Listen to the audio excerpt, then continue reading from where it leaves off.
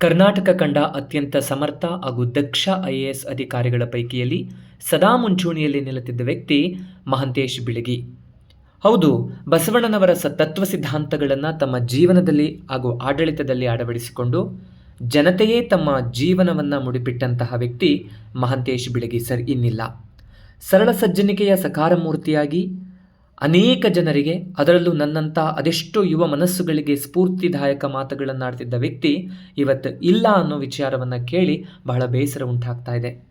ವಿಜಯಪುರದಿಂದ ಕಲಬುರಗಿಯ ಕಡೆಗೆ ತೆರಳುತ್ತಿದ್ದ ವೇಳೆ ಜೇವರ್ಗಿ ತಾಲೂಕಿನ ಗೌನಹಳ್ಳಿ ಕ್ರಾಸ್ ಬಳಿ, ಅಂದರೆ ಕಲಬುರಗಿ ವಿಜಯಪುರ ರಾಷ್ಟ್ರೀಯ ಹೆದ್ದಾರಿಯಲ್ಲಿ ಕಾರಿಗೆ ಬಂದ ನಾಯಿಯನ್ನು ಉಳಿಸಲು ಹೋಗಿ ಕಾರು ಚಾಲಕನ ನಿಯಂತ್ರಣ ತಪ್ಪಿ ಪಲ್ಟಿಯಾಗಿದ್ದು, ಕಾರಿನಲ್ಲಿ ಒಟ್ಟು 5 ಜನರಿದ್ದರು.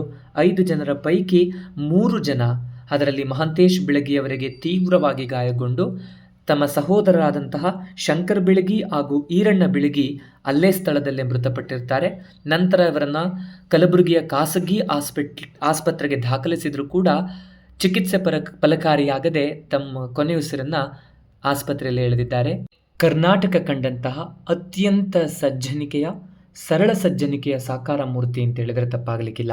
ಇವರು ಬೀದರ್ ಜಿಲ್ಲೆಯಲ್ಲಿ ಜಿಲ್ಲಾ ಪಂಚಾಯತ್ ಸಿಇಒ ಆಗಿ ನಂತರ ತಮ್ಮ ಪ್ರಾಮಾಣಿಕ ಸೇವೆಯನ್ನು ಸಲ್ಲಿಸಿ ದಾವಣಗೆರೆ ಜಿಲ್ಲೆಯಲ್ಲಿ ಹೆಮ್ಮೆಯ ಹಾಗೂ ಜನಪ್ರಿಯ, ಜನಸ್ನೇಹಿ, ನಿಷ್ಠಾವಂತ, ದಕ್ಷ, ಪ್ರಾಮಾಣಿಕ DC ಆಗಿ ಜಿಲ್ಲಾಧಿಕಾರಿಯಾಗಿ ಕಾರ್ಯನಿರ್ವಹಿಸಿ ತದಾದ ನಂತರ ಬೆಸ್ಕಾಂನ ವ್ಯವಸ್ಥಾಪಕ ನಿರ್ದೇಶಕರಾಗಿ ಪ್ರಸ್ತುತ ಗಣಿ ಇಲಾಖೆಯ MD ಆಗಿ ಕರ್ತವ್ಯ ನಿರ್ವಹಿಸ್ತಾ ಇದ್ರು.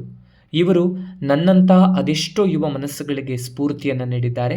ಅವರ ಆದರ್ಶಗಳನ್ನು ನಾವು ಪಾಲಿಸಿ ಅವರು ನಡೆದ ರೀತಿಯಲ್ಲೇ ನಾವು ಬದುಕಿದರೆ ಬದುಕಿಗೆ ಸಾರ್ಥಕ. ಭಗವಂತ ಅವರ ಕುಟುಂಬಕ್ಕೆ ಈ ನೋವನ್ನು ಭರಿಸುವ ಶಕ್ತಿಯನ್ನು ನೀಡಲಿ. ಸದಾ ಅವರ ಜೊತೆ ನಿಂತು ಎಲ್ಲವನ್ನ ಮುನ್ನಡೆಸುವ ಶಕ್ತಿಯನ್ನು ಅವರ ಕುಟುಂಬದವರಿಗೆ, ಅವರ ಬಂಧು ಬಳಗಕ್ಕೆ ನೀಡಲಿ ಅಂತ ಹೇಳ್ತಾ, ಅವರ ಬದುಕು ಹಾಗೂ ಬದುಕಿನ ರೀತಿ ನಮ್ಮೆಲ್ಲರಿಗೂ ಆದರ್ಶದಾಯಕವಾಗಲಿ ಅಂತ ಹೇಳ್ತಾ ಇದ್ದೇನೆ.